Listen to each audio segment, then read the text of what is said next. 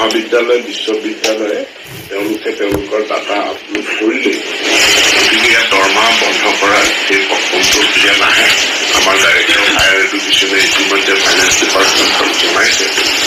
যে আমাৰ সকলো মহাবিদ্যালয় মুখ্যমন্ত্ৰীৰ নিৰ্দেশ পালন কৰিছে আৰু পালন কৰি সঠিকভাৱে এইবাৰ all India survey on higher এডুকেশ্যনত আমাৰ ডাটা হায়াৰ এডুকেশ্যনৰ ডাটা অন্তৰ্ভুক্ত কৰিছে আৰু ইয়াৰ পাছত যেতিয়া আমাৰ 22-23 মানে এবছৰ দেৰিকে ওলায়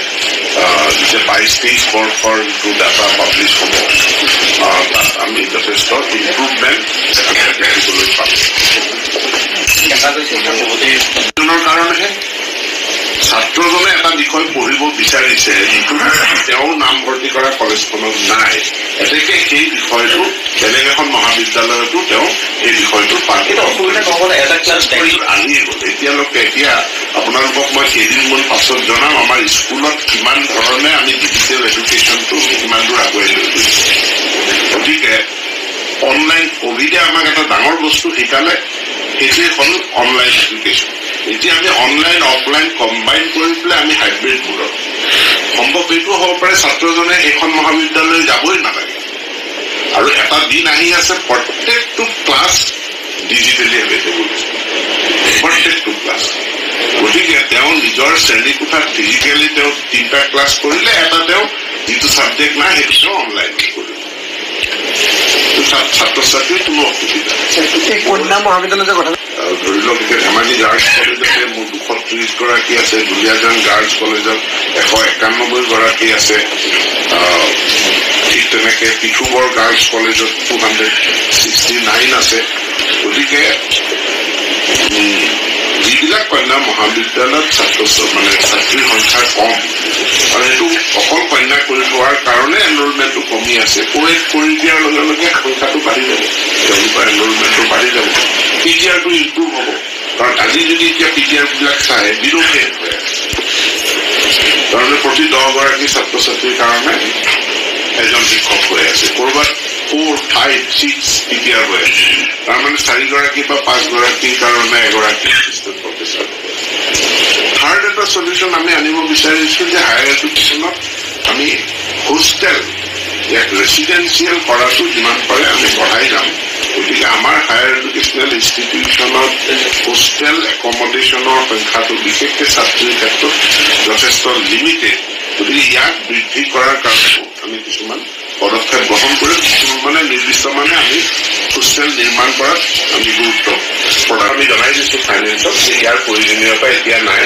আৰু আমি এইটো চাৰ্টিফাই কৰিছো যে আমাৰ মহাবিদ্যালয়সমূহে ডাটা আপলোড কৰিছে এতিয়া আমাৰ কোনো প্ৰভিন্সিয়েলাইজ চৰকাৰী মহাবিদ্যালয় বাকী নাই সকলোৰে আমাৰ ডাটা আপলোড কমপ্লিট হৈছে মহাবিদ্যালয় কৰ্তৃপক্ষৰ ওপৰত এটা চিৰিয়াছনেছৰ অভাৱ তেওঁলোকে টেকনিকেল হিটছ কিছুমানৰ কথাও কৈছিলে কিন্তু টেকনিকেল হিটছসমূহ দূৰ কৰিবৰ কাৰণে আমি দিল্লীৰ পৰা মানুহে মাতি আনিলো আমি মিনিষ্ট্ৰীৰ পৰা মানুহ মাতি আনিলো আমি 3 দিনকে ৱৰ্কশ্বপ কৰিলো যিহেতু আৰু 3 দিন ৱৰ্কশ্বপ কৰাৰ পাছত সকলোবিলাক কথা স্পষ্ট হৈ গ'ল আৰু মই ভাবো যে এতিয়াৰ পৰা আৰু আমাৰ হায়াৰ এডুকেশ্যনত ডাটা আপলোড কৰি পেলাই কোনো ধৰণৰ জটিলতা নহয় আৰু এইটো এটা খুব সহজ বিষয় কাৰণ আমি প্ৰায় 15-20 পৃষ্ঠা জোৰা ডাটা আমি ইউজাইজ কৰিব লাগে বিদ্যালয় এডুকেশ্যনৰ আৰু বিদ্যালয় এডুকেশ্যনত আমি যিমানখিনি তথ্য দিব লাগে তাতকৈ বহুত কম তথ্য আমি হায়াৰ এডুকেশ্যনত দিব লাগে বিদ্যালয় এডুকেশ্যনে সফলভাৱে ইউজাইজ ডাটাটো আপলোড কৰি থাকে এতিয়া all India survey of higher এডুকেশ্যনত আমি পিছ পৰি ৰওঁ এই কথাটো ঠিক নাছিল আৰু মইতো জনাব বিচাৰো যে এতিয়াৰ পৰা এইটো ষ্ট্ৰীমলাইন হৈছে ষ্ট্ৰীমলাইন হ'ব যদি ছাৰ পিছত হবে আৰু সেইটো মই ভাবো যে কোনো মহাবিদ্যালয়ে এনেকুৱা গাফিলতি আৰু ভৱিষ্যতে নকৰে ইনষ্টিটিউশ্যন বুলি ক'লে ইনক্লুডিং দ্য প্ৰাইভেট ইনষ্টিটিউশ্যন সকলো প্ৰাইভেট ইনষ্টিটিউশ্যনে মেণ্ডেটৰিলি কম্পালচৰি তেওঁলোকে যি ছাত্ৰ ছাত্ৰীৰ নাম ভৰ্তি কৰিছে তাৰ তথ্য তেওঁলোকে all India survey on higher এডুকেশ্যনত দিবই নাই ডাটাটো তাৰমানে এইটো আমাৰ হাতত এতিয়ালৈকে যি ডাটা আহিছে সেই ডাটাটো আছে 20-21 পাইছো আৰু 20-21ত আমাৰ আছিলে 17.3%। আৰু 21-22 এইটো কমি গ'ল 16.9%। যিখিনি সময়ত আমি নতুন নতুন মহাবিদ্যালয় খুলিয়ে আছো, গতিকে আমাৰ নামভৰ্তিটো আমাৰ মেট্ৰিকত পাছ কৰা ছাত্ৰ ছাত্ৰী, হায়াৰ ছেকেণ্ডেৰীত পাছ কৰা ছাত্ৰ ছাত্ৰীৰ সংখ্যা বাঢ়ি আছে। তেনেস্থলত হায়াৰ এডুকেশ্যনত গ্ৰছ এনৰলমেণ্ট ৰেচিঅ' কম হোৱাৰ প্ৰশ্ন উঠিবই নোৱাৰে। কম হৈছে আমি ডাটা নিদিয়াৰ কাৰণ। গতিকে এতিয়া আমি সঠিকভাৱে ডাটা দিয়াৰ এক্সাৰচাইজটো অনুশীলনটো আমি সম্পূৰ্ণ কৰিম। মুঠ ছাৰ 70,000 হ'ল এতিয়া 70,000 ছাত্ৰ ছাত্ৰীৰ সংখ্যা বৃদ্ধি পাই গ'ল। ইয়াৰ লগত আৰু এটা বিষয় মই ক'ব বিচাৰো যে আমাৰ 69খন মহাবিদ্যালয় ছাত্ৰ ছাত্ৰীৰ এনৰলমেণ্ট 5%তকৈ কম, 69। ইয়াৰে ভিতৰত চৰকাৰী মহাবিদ্যালয় আছে এখন, যিখন হ'ল আমাৰ গভ সংস্কৃত মহাবিদ্যালয়। মডেল ডিগ্ৰী কলেজ আছে 8খন, নতুনকৈ প্ৰতিষ্ঠা কৰা, আৰু প্ৰভিন্সিয়েলাইজ কলেজ আছে 60খন। এইখিনিৰ সমস্যাসমূহ সেই সময়ত সেইদিনাখন মই কৈছিলো যে এনেধৰণে আনচাষ্টেইনেবল, মানে 2 ডিজিট 3 ডিজিট নাম্বাৰৰ ষ্টুডেণ্টক লৈ পেলাই একোখন মহাবিদ্যালয় পৰিচালনা কৰাটো সম্ভৱপৰ কথা নহয়। আমি যিহেতু তেখেতক জনাইছিলো যে আমাৰ ছাত্ৰ ছাত্ৰী মহাবিদ্যালয়ত কমি গৈছে, সেইটো নহয়।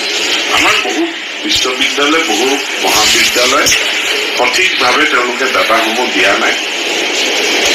আৰু বহু ইনষ্টিটিউশ্যন, বিশেষকৈ প্ৰাইভেট ইনষ্টিটিউশ্যন, তেওঁলোকে এনৰলমেণ্টেই কৰা নাই। ইয়াত ক্ষুণ্ণ হয় সেইদিনাখনে কৈছিলে যে তেনেহ'লে তেওঁলোকৰ দৰমহা বন্ধ কৰক। ইয়াৰ পাছত আমি যুদ্ধকালীন তৎপৰতাৰে আমি কি কাৰণত আমি কলেজবিলাকক জাৰি কৰিলো, কেনেকৈ ডাটা আপলোড কৰিব লাগে।